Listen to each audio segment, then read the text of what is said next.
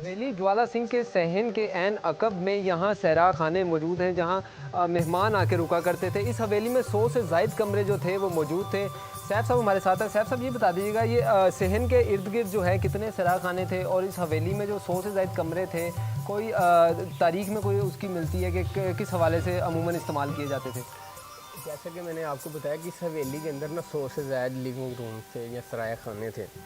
वो 3 स्टोरी के ऊपर ये मुहित थे, ये लगा लें, ये सारे कमरों की लाइनें थी, इधर भी सारे कमरे थे, उस साइड पे भी कमरे थे और ये 3 स्टोरीज के ऊपर मुहित थे। उसके आगे जैसे लॉबी टाइप कह लें या बरामदा टाइप कह लें, ये अनकवर्ड एरिया था उस टाइम। लाइक सारा अभी भी सेम सेहन है, लेकिन अभी आपका कैमरा में दिखाया ये सारे सराउंडिंग में ना छतौत हुई थी, यानी कि सारा छता हुआ था। तो लिविंग रूम्स के इधर क्योंकि एक फैमिली उस टाइम सरदारों की बहुत वसी थी या जो ख़ानदान था, तो उसको समाने के लिए, क्योंकि उस टाइम काठ का बहुत होती थी रवायत, इसलिए उन्होंने फिर वो फैमिली के मद्देनजर रखते के तहत एक ही उसमें समोया एक किले के अंदर समोया। अच्छा सैफ साहब, यहाँ पे सुना ये भी जाता है, कहा ये भी जाता है कि यहाँ पे क्योंकि अमूमन पुरानी बिल्डिंग्स भी हम देखें जो तारीखी बिल्डिंग्स हैं 19वीं सदी से पहले की तामीर, उसमें कुएँ भी होते हैं, क्योंकि पानी का हमारे पास इतना निज़ाम नहीं था, तो यहाँ पे कुएँ भी थे इधर भी जी एग्जैक्टली, क्योंकि जो सिखों ने सरदारों ने ना पूरे इलाके के अंदर तो वैसे लगाए थे कुआं सिस्टम पानी देने के लिए। तो इस हवेली के लिए भी एक कुआं था, वो एक उसका नाम था आसमानी खुई, जिसका पानी बहुत नीट एंड क्लीन साफ सुथरा ठंडा हुआ करता था। आसमानी खुई को हम अभी नाज़रीन को दिखा सकते हैं, मौजूद है आप जस्ट रह गया है हल्का सा एसेट्स आप कह सकते हैं कि नमूना है जिधर से उसका कुंडा था ये, लेकिन वो फिल हो गया वक्त के साथ साथ। आजकल तो आपको पता है बोर सिस्टम आ गया, मोटर सिस्टम आ गया, लेकिन उस टाइम जो रूम के अंदर पानी सर्कुलेट और वाशरूमों में और किचनों में जिधर जिधर पानी वो आसमानी खुई का सर्कुलेट होता था। अच्छा, यहाँ पे नक्शो निगार की भी बड़ी बात की जाती है। पुरानी हवेलियाँ हों, पुराने तर्ज़ो निगाश पे बनी हुई हवेलियाँ हों, तो उनका तर्ज़ नक्श जो बनाया जाता था वो भी पुराना ही होता, उसी सेटअप का था। कुछ मार्बल्स वैसे इस्तेमाल होते थे, जैसे आपने बताया इस हवेली की तामीर में भी हुए, वो मार्बल्स भी हमें दिखा दें, वो जो हिस्से हैं जैसे वो नक्शो निगार तामीर किए गए वो भी दिखा दें। फर्स्ट ऑफ ऑल तो इसका ये जो आर्कियोलॉजी पॉइंट ऑफ व्यू है ना, ये देखिए आजकल का ये आर्किटेक्ट ये नहीं बना सकता। ये जो देखें जो भी है नक्शो निगार और डिज़ाइन है, ये आजकल का तो आर्किटेक्ट है ही नहीं ऐसे। और सेकेंडली ये रेड मार्बर जो संगे मरमर इस्तेमाल किया गया है ना, ये पूरे एशिया के अंदर 3 जगहों पे यूज़ हुआ है जी। एक जो हमारा बादशाही मस्जिद शाही किला लाहौर में वहाँ पे, एक आगरा महल, तीसरी जगह ये जो हमारा आगरा महल में भी यूज़ हुआ है, और ये वही मार्बल है जो आगरा महल में यूज़ हुआ, शाही किले में यूज़ हुआ, और उसके बाद यहाँ इस हवेली में। और ये पूरे एशिया के अंदर आप चौथी जगह पे नहीं देख सकते कि इस क्वालिटी का और ये रेड कलर का संगमरमर कहीं पे यूज़ हुआ हो। तो इस हवेली की ये भी स्पेशलिटी है कि ये जो रेड संगमरमर है ये पूरे एशिया के अंदर 3 जगहों के अंदर इस्तेमाल, उसके अंदर की हवेली सरदार ज्वाला सिंह संधू की है। वाह जी वाह। ये थी हवेली सरदार ज्वाला सिंह, और ये उनके सहन और कमरों के बारे में जो है सैफ साहब हमारे साथ मौजूद थे। इस हवेली के बारे में एक चीज़ यही भी कही जाती है कि ये इंडियन जो बॉर्डर लाइन है, पाक इंडिया बॉर्डर लाइन, उनके ऐन अकब में मौजूद है, यानी हवेली की बैक साइड पे अगर देखा जाए तो इंडिया आपको बासानी नज़र आएगी। तो सैफ साहब के साथ चलते हैं। हालांकि यहाँ पे छत के ऐसी हालत नहीं है कि ऊपर जाया जा सके, क्योंकि बहुत ही खस्ता खाल होगी ये हवेली, बेशक एक तारीख का हिस्सा है। तो सैफ साहब के साथ छत की तरफ चलते हैं और छत पे जाके देखते हैं क्या मंजर हमें नज़र आते हैं।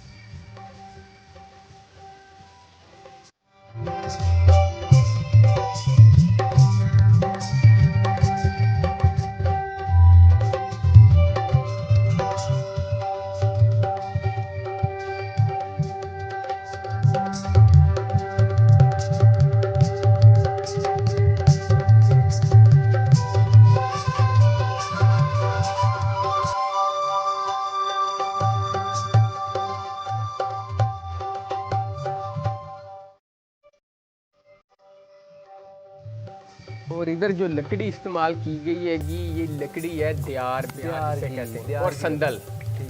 ये लकड़ी जी बहुत ज़्यादा एक्सपेंसिव और वेरी रियल ये लकड़ी है, जो विदाउट परमिट या विदाउट लाइसेंस ना आप इसे काट सकते हैं, ना आप इसे खरीद बेच सकते हैं। सैफ साहब, पुराने वक्तों में जितने भी घर थे उनमें दियार का ही लकड़ी का इस्तेमाल होता था। एक्जैक्टली ऐसे ही है। और अब तो मेरे ख्याल से ये लकड़ी हमें अमूमन मिलती भी नहीं। मैं कह रहा हूँ मिलती नहीं है, अगर मिले भी तो without license and without permit नहीं आप ना सेल कर सकते ना परचेज कर सकते हैं, क्योंकि इसके अंदर बहुत सारे यानी कि आप कह सकते हैं मल्टी जो होते हैं ना टन ये बियर कर सकती है, वेट उठा सकती है। और इसकी एक स्पेशल चीज़ ये इससे दीमक नहीं खाता। बिल्कुल। और दियार की एक बड़ी खूबसूरत सी बात है ये कि दियार को आप आज भी वॉश कर लेंगे ना तो ये बिल्कुल नए जैसा आपको जो दरीचा है वो नज़र आएगा। और दियार की लकड़ी इतनी मजबूत होती है कि आप मिलियन ऑफ टन, जैसे आपको बताया, बड़ी आसानी से ये वज़न जो है वो उठा सकती है। बिल्कुल ये कर सकती है जी। अब ये दियार की लकड़ी है जिसके दरवाजे यहाँ पे मौजूद हैं, जिसके दरीचे बनाए गए हैं और मार्बल से जो है वो एक और खूबसूरत नक्शो निगार जो है वो कायम किया गया। छत की तरफ चलते हैं और थोड़ा सा इंडिया का भी विजिट कर लेते हैं।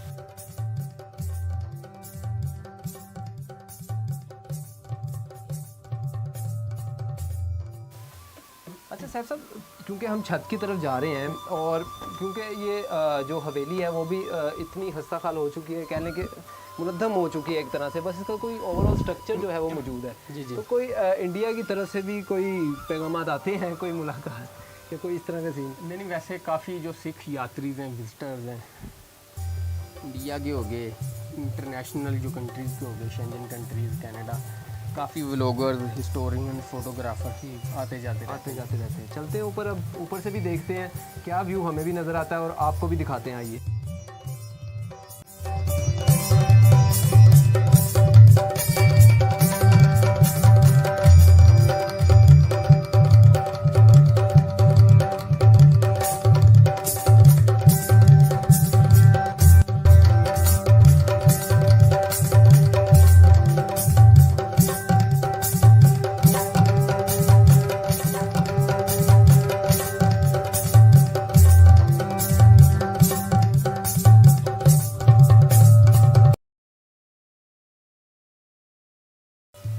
बिल्कुल जी, छत की तरफ हम जा रहे हैं और इतना खस्ता खाल है, ये ऊपर चढ़ने के लिए भी डर लगता है। सैफ साहब भी साथ है, जहाँ एडवेंचर वे है जी। एडवेंचर है जी, बिल्कुल।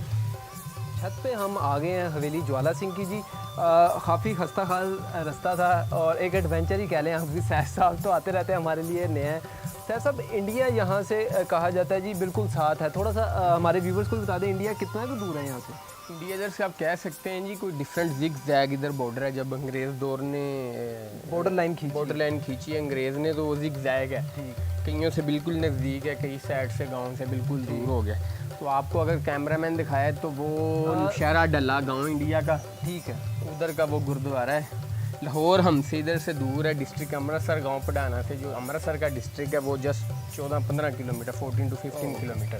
तो वही बात आपसे फिर दोबारा है, वही बात आई थी कि सिख यात्री वगैरह तो यहाँ आते हैं, तो कभी कोई जो हमारी फोर्सेज हैं या उनकी फोर्सेज कोई मुश्किल जो है वो पैदा हुई हो? डजन, बिकॉज दैट ये जो बॉर्डर है ये इंटरनेशनल डिक्लेयर हुआ है।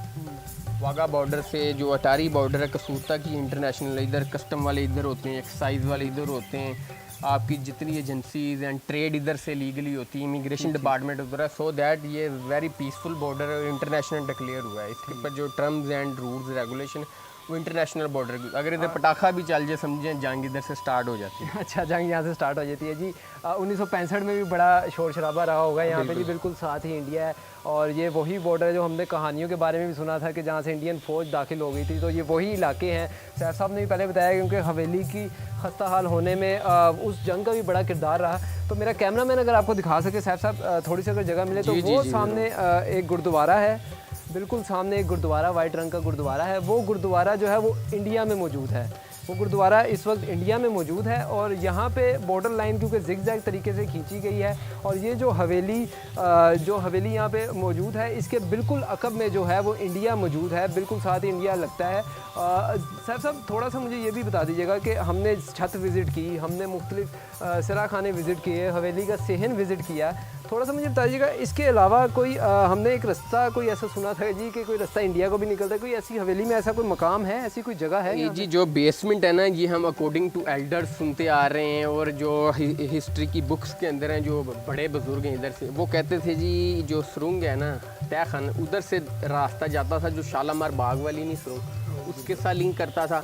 और जो इंडिया में गोल्डन टेम्पल दरबार साहब जो गुरुद्वारा उनके साथ लिंक करता था। वो ये डिफरेंट पर्पसेस के लिए इस्तेमाल किया जाता था। उसके अंदर जो मेन पर्पसेस ये थे कि सिक्योरिटी पर्पस था, तार का या जो भी एक फार सिक्योरिटी के लिए।